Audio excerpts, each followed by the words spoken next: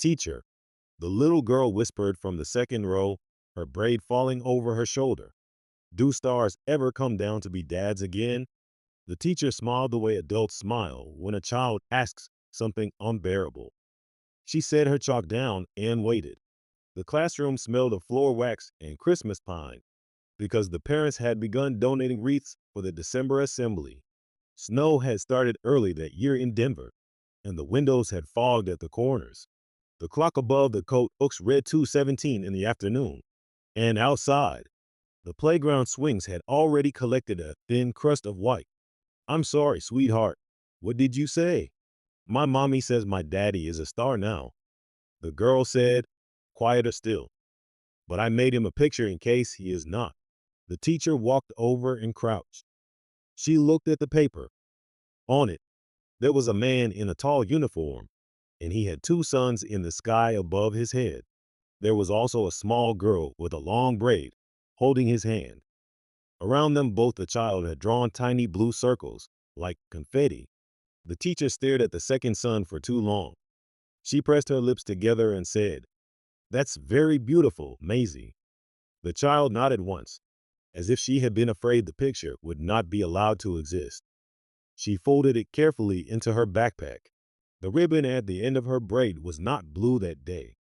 It was silver, the same silver as a chain Maisie's mother kept in the top drawer of her bedroom, wrapped twice around a small wooden box, never opened in front of the girl. That paper would travel across half a solar system before it was finished being useful. 11 days earlier, on a moon that did not have a name humans could pronounce, the tribunal chamber had been quiet in the way only very old rooms can be quiet. The ceiling was high and curved. The walls were darker than coal. Along the sides sat 9 Aurelian judges in robes that looked almost black, the color moving slowly under their breath the way oil moves on water. In the center of the room, behind a low rail of polished stone, stood a man in a human uniform. His name was General Adrian Halsey. He had not been dragged there. He had walked. He had asked for the trial by name.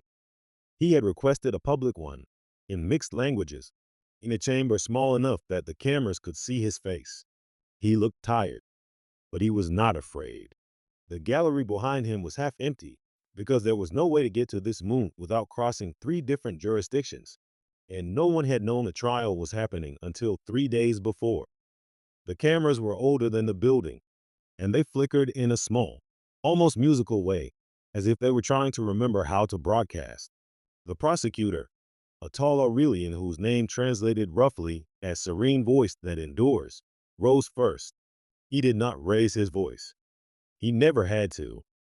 He set his palms flat on the rail and said, in the careful, accented English that Aurelian diplomats used when they wanted to be sure every human in the room would understand. General Halsey, the charge against you is voluntary surrender. You entered our perimeter. You lowered your weapons. You allowed yourself to be taken. You were recorded on video lowering your command insignia before you crossed the line. Why? Halsey did not answer immediately. He looked at the gallery. There were humans there, in the back rows, brought by the ambassadorial delegation. A few of them he had known for 30 years. A few of them he had trained. None of them looked at him now, because looking would have been an admission, and they did not yet know what they were admitting to. Because, he said at last, you were going to take me anyway, and I was tired of pretending you weren't. A murmur moved through the chamber. The chief judge lifted one long hand, and the murmur died. Her hand was not a hand, exactly, but a structure of 5 light filaments woven so tight it looked like skin. She lowered it a degree, and the chamber understood her meaning without being told. Be precise, she said. You had 3 options: run, fight, die. You chose a 4th. Explain the 4th. Halsey took a breath. The breath moved through his chest and out through his nose in a way the court recorder would later describe, in its report, as controlled, but not at peace. He reached slowly into the inner pocket of his uniform and withdrew a small envelope. He placed it on the rail in front of him.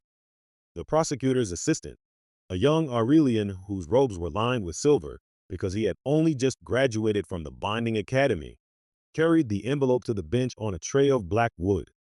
Inside was a single sheet of paper, and on the paper was a chain of numbers and a signature.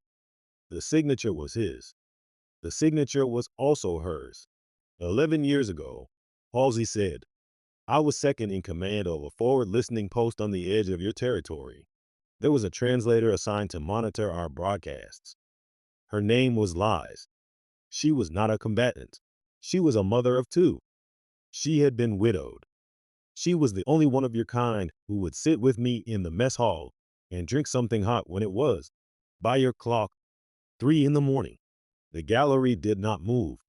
The ambassador from Earth stood up so quickly his chair scraped the floor. This is obscene, he said. This man is a traitor. He stood down against an alien force. He surrendered his people.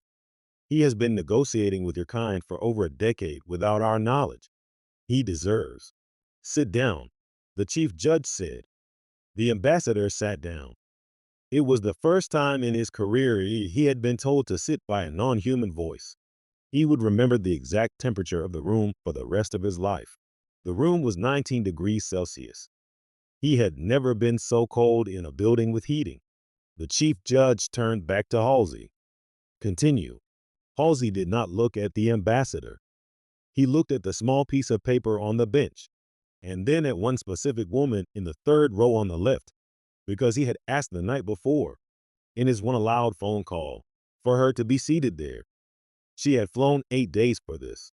She had cried twice on the ship.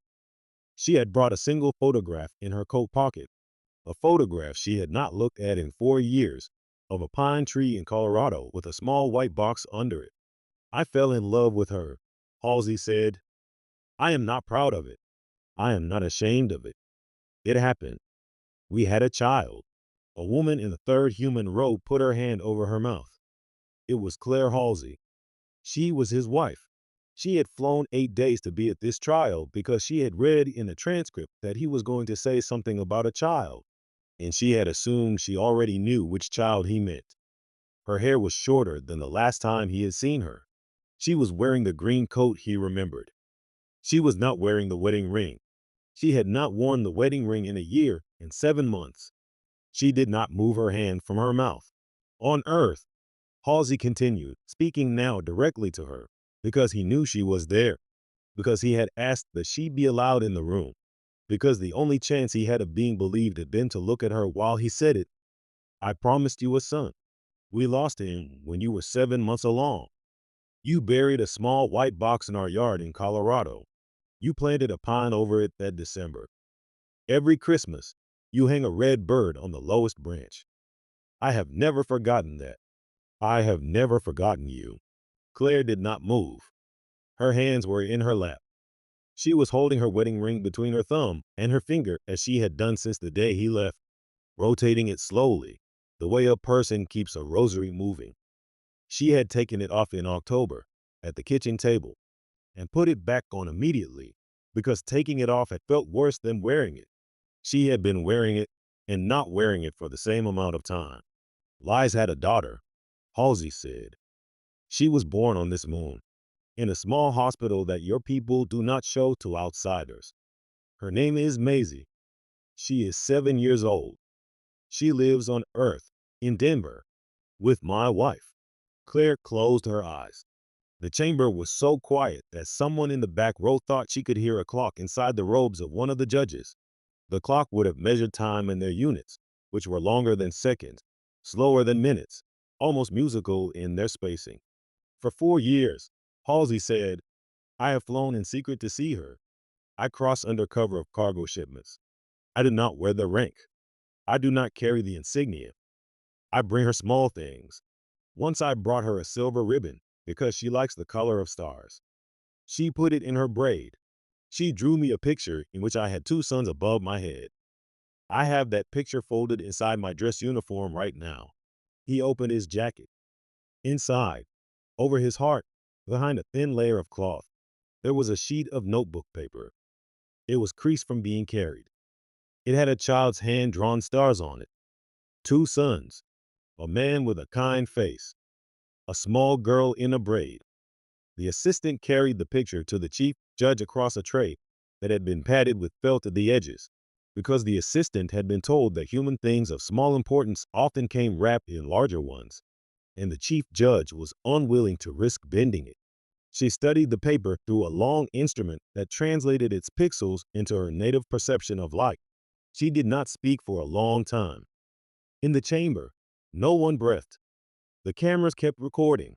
"Why did you want to be caught?" the prosecutor asked, and his voice was lower now, not because he was angry, but because he was listening. "Because," Halsey said, "I knew that if I came quietly, and if I insisted on a public trial in a human Aurelian chamber, you would have to listen. You would have to hear her name. You would have to look at her drawing. I knew this was the only room in the universe where Maisie would be both real and impossible to ignore. I knew no other door would open. I knew this one would." "And the peace proposal in the envelope?" the chief judge asked. It was then that the room changed. "The peace proposal," Halsey said, "is signed by lies. It is a cessation of forward hostilities for one generation, in return for shared custody, in return for an open corridor for medical and educational trade, in return for the right of a 7-year-old girl to know both of her parents, one of whom is human and one of whom is here, in this courtroom, sitting in the third row on the left, wearing a translator's pin." A woman in the third row on the left lifted her head. She had been still the entire trial, because she had been told not to speak until invited, because she had been disciplined for 11 years about her calm. Her name was Lies. She had an Aurelian name as well, but she never used it in front of humans anymore. Her hands were folded. Her eyes were wet. The translator's pin on her collar was the size of a thumb. It had a small blue stone in it that pulsed, very faintly, in the rhythm of a heart. "How is this possible?" the ambassador said, standing again. "How could any of this be?" "Sit down," the chief judge said for the second time in his life. He sat. The chief judge opened the envelope on her bench and read. She turned pages.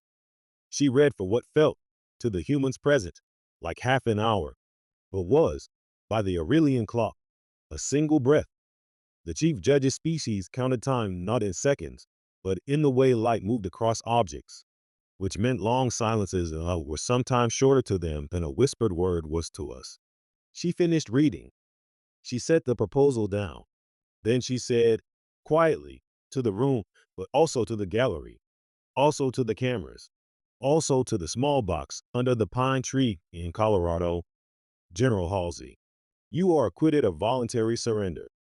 You are remanded into joint custody with Liza Aurelian Terran, the translator, for the purpose of raising your shared child, Maisie Halsey Terran, age 7, of Denver, Colorado.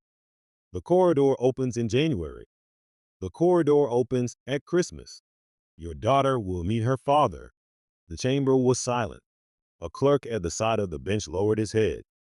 He had been told, by a small instruction stitched into his apprentice robe, that courtroom clerks should always look down when something irreversible has happened, so that the air above their foreheads would rise with the moment. He did not know why. He only knew that the practice was old. Claire Halsey did not move for a long time.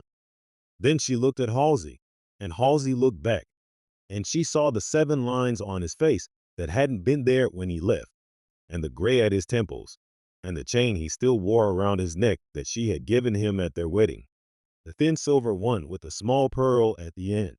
"You should have told me," she whispered. "I know," he said. "You should have come home," she said. "I know," he said. "She drew 2 sons," Claire said, and her voice broke in the middle, which it had not done in 4 years, because she had been holding it like a glass she was afraid to set down. "I thought she drew them because she liked stars. I didn't know she knew." Halsey closed his eyes. "She knew," he said. "She's been knowing for 2 years. She's a quiet child. She is very like her mother." Claire's hand went to the chain at her own neck. The pearl was not there. She had sent it, by post, 3 months earlier, in a small blue box. to a name she had not spoken aloud since she read it in a transcript. The card inside had 3 words on it, in handwriting she had practiced for a week because she wanted it to be exact. Take care of him. Outside, on the moon, the sky had begun to dim. The Aurelian night was shorter than the human night. The dimming was an event, not a length. Inside, the prosecutor lowered his head. The chief judge rose. Everyone rose. The recording light above the bench blinked 3 times, then stopped, then began again, this time in white, which on the Aurelian spectrum meant that something had been witnessed that could never be unwitnessed. A clerk came forward with a small wooden tray. On it was a single item, a folded piece of notebook paper, creased at every corner, with 2 suns drawn in pencil. The clerk carried it across the room. He placed it in front of Lies. Lies pressed it to her chest and did not unfold it. She didn't need to. She knew the drawing by heart. She had drawn it herself when Maisie was 4, because Maisie had asked her to teach her to draw a father in the sky, and Lies had not known how to say no and had not wanted to. I will teach her the rest, Lies whispered, in her own language, to no one in particular. I will teach her how to climb a tree. She did not know if the court recorder picked up that line. It did. In Denver, on the same night the verdict was read, the teacher of the second row was locking up her classroom. It was 4:48 in the afternoon. The bell above the door chimed softly, the way it did at Christmas Eve. A small voice in the hallway said, "Teacher." The teacher turned. Maisie was standing there with her backpack on. She had not gone home. Her mother was late, the way she was sometimes late, the way she had been late for years, the way a person is late when they have been circling a single sentence in their head for hours and have not yet figured out how to say it. Yes, sweetheart, my mommy says my daddy can come home for Christmas. The teacher set down her keys. She crouched. She had not known, until that minute, that there was a single piece of news in the world that could undo her entirely. She had been a teacher for 22 years. She had buried a brother. She had held students through fire drills and tornado warnings and parents who never came. She had not been undone. She had thought she would not be. She was undone. "Oh, Maisie," she whispered. "My mommy is crying," the girl said, very practically. "She always cries when something good happens. I don't know why." The teacher couldn't answer. She had been asking the same question for 10 years. Maisie reached into her backpack. She brought out the drawing again. She looked at it closely, as if checking that nothing had changed. Then she put it back. "2 sons," she said. "Because I have 2 dads now, kind of. Maybe. I am not sure yet. But I think that's how it works." The teacher nodded. She could not speak. The child pulled on her braid. The silver ribbon at the end caught the hallway light. She had not taken it off since the morning she was given it by the man she had been told was a star. On a visit she had been told was a dream. In a year she had been told was not the right year. She was 7. She was learning, the way children learn, that the things adults say are not always true, and that the things adults hide are not always wrong. In the doorway, her mother appeared. Claire. She had just walked in from a phone call she had taken in her car, parked illegally on the side of the building, with the heater on, with the radio off, with both hands shaking as she dialed a number a secondary verification officer had given her so she could listen, in real time, to the verdict being read on a moon she would never visit. She had heard, in a voice that was not his, that her daughter was going to meet her father. She had never been so beautiful. She had never been so tired. She was wearing a thin silver chain around her neck that did not have a pearl on it anymore, because she had given the pearl to Lies, by post, 3 months earlier, with a card that had 3 words on it in a handwriting Lies had never seen before. The card had a small drawing on it, too. Claire had drawn a single sun. Lies had replied, in a letter that took 6 weeks to cross the corridor, with a drawing of a second sun beside the first. They had not met. They had only drawn. They had only trusted. "Mommy," Maisie said. Claire knelt. She raised a hand to the silver ribbon in the braid. She did not pull it loose. She only felt it, the way a person feels a small miracle in a hospital room, or the way a person feels a key turn in a lock they had been afraid to use. Hi, baby, she said. Is he on his way? The girl asked. He's on his way. Claire said. Is he bringing my mom? Claire paused. The question was so simple, and so unanswerable, and so entirely expected, that Claire almost laughed. She did not laugh. She held the girl tighter. He is bringing her, sweetheart. Both of them? Both of them. Is that weird? Yes, Claire said, honestly, because she had promised herself she would never again lie to this child. It's a little weird. Maisie considered this with the seriousness only small people can bring to the small things. She nodded. Okay, she said. Okay. Weird is fine. It began to snow 2 minutes later, and it did not stop until January. That night, Claire made dinner for the two of them, the same pasta she had been making since Maisie was 3, with carrots cut into stars because Maisie liked stars, especially when she was sad. They ate at the kitchen table. Maisie talked about the school assembly. Claire talked about nothing. After dinner, Maisie brushed her teeth and put on the small yellow pajamas with moons on them, the pajamas Claire had sewn by hand the year before, when she had needed, in the worst hours, something to do with her hands. At 7:41, Maisie said, Mommy. Yes, baby. Tomorrow, can I bring the picture to school? Miss Avery asked why I draw 2 suns, and I told her the truth, and she kind of looked like you just looked.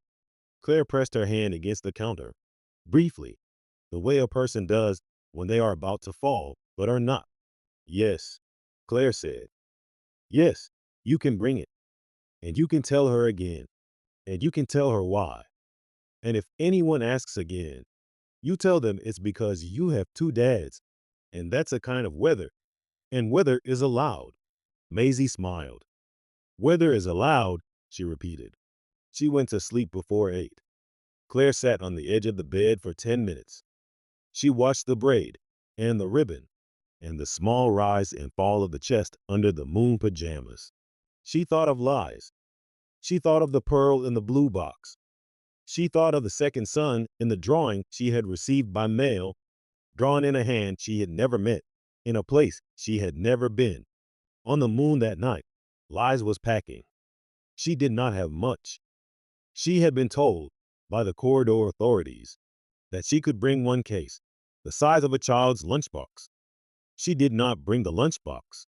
She brought a single change of clothes. She brought the second sun drawing, in its envelope.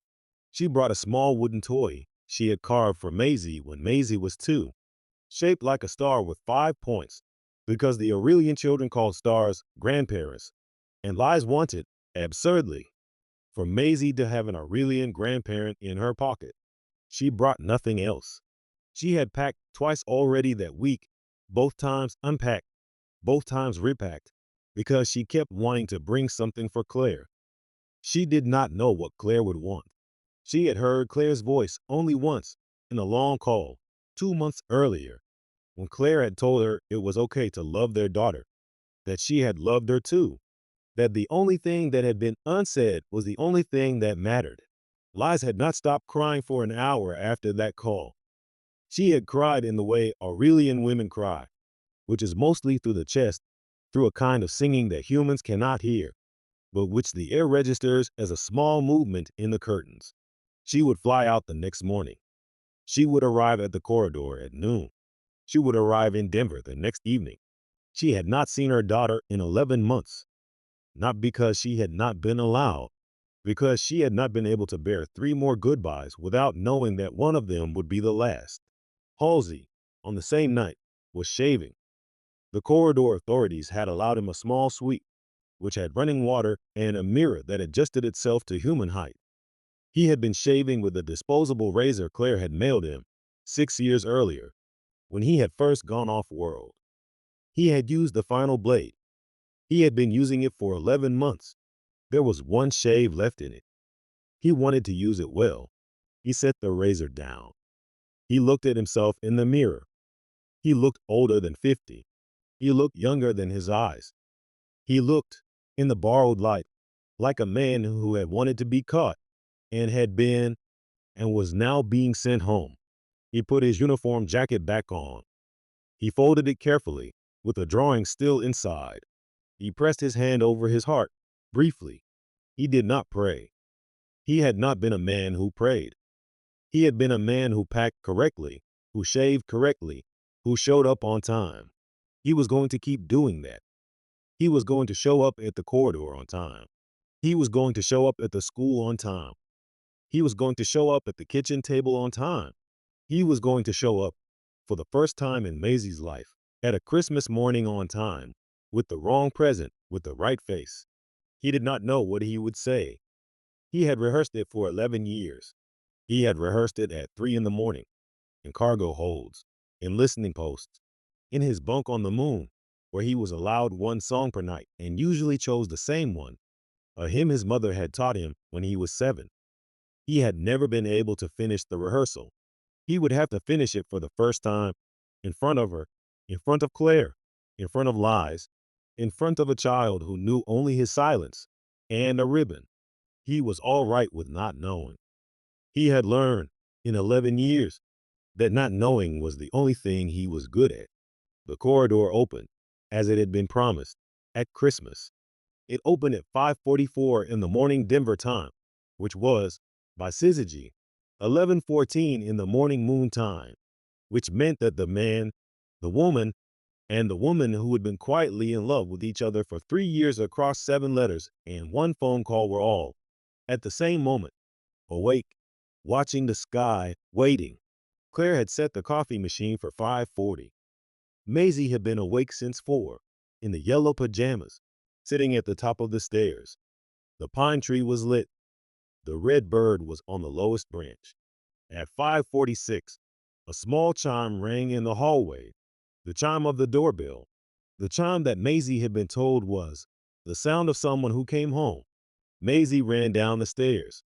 She stopped at the bottom step.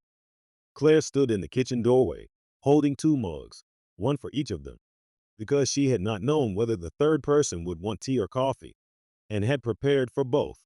The door opened. The cold came first, then the lights of the porch. The man stepped in. He was wearing a long coat, not a uniform. He had a small case in his hand. He had a wreath of Aurelian leaves wrapped around one wrist, which he had been told was a traditional welcome from the Aurelian side, and which he had forgotten to take off. Behind him, smaller, a woman stepped in. She had a face Maisie had never seen in the waking world, only in the small photographs Liz had sent, and in the drawing on the fridge, and in the silver ribbon Sunday, every Sunday, when Maisie wore the ribbon because it had been a gift from the mom you haven't met yet. Maisie looked at the man. She looked at the woman. She looked at her mother in the kitchen doorway with the 2 mugs. "Hi," Maisie said. It was all she could think of. It was all anyone could think of. "Hi, sweetheart," Halsey said. He knelt. He had wanted to kneel since the cargo bay of the first ship he had taken, 11 years ago. He had been saving this kneeling for this child. He set his case down carefully. "What's in there?" Maisie asked. "Pull it open," Halsey said. She pulled it open. Inside was the wooden star. It was small. It had 5 points. It smelled, faintly, of a wood Maisie did not recognize. She held it up to the light. "It's a grandparent," Halsey said. "What?" "On their moon," Halsey said. "The stars are called grandparents. Grandma and grandpa, all of them. This one is for you. To keep." Maisie held it carefully. She did not know what to do with a grandparent in her hand. She had not a grandparent since she was 4. She had been told they had gone to be stars. She had a small suspicion now that she had been told this in a particular way, and that particular way was about to change. She looked at the wreath on his wrist. "What's that?" "A welcome from the moon," Halsey said. "I forgot to take it off. Don't tell your teachers." She smiled for the first time. It was a small smile, the kind a child makes when an adult has made a small mistake on purpose, the kind that is so small it is also forgiving. Lai stepped forward slowly. She did not kneel. She stood still. She let the room come to her. Maisie looked at her. She reached up and touched the silver ribbon in her braid. I knew you, she said. Lies did not answer for a moment. She had been preparing herself for 11 months. She had written 3 speeches. She had rehearsed them in front of the mirror in her corridor apartment, with the metal blinds half down. She had forgotten every word. Yes, she said. You did. You have the same face as the drawing, Maisie said. Mommy has it on the fridge. Claire came forward. She set the mugs down. She did not speak for a moment. She looked at Halsey. She looked at Lies. She looked at Maisie. She did the only thing she could think to do, which was also the only thing she wanted to do. She put her arms around them both. Welcome home, she said. It was not entirely accurate. 2 of them had never lived here. 1 of them had never lived anywhere. But Maisie nodded and said, yes, because it was the right answer, and because she had been told by a teacher who had cried in a hallway that the things adults hide are not always wrong, and the things adults say are not always true, and real weather, is allowed. Outside, snow had begun again. Not the heavy snow of earlier in the month, but a thin one, the kind that does not accumulate, the kind that lights up briefly as it falls. The neighborhood was quiet. A few porch lights had been left on for the early risers.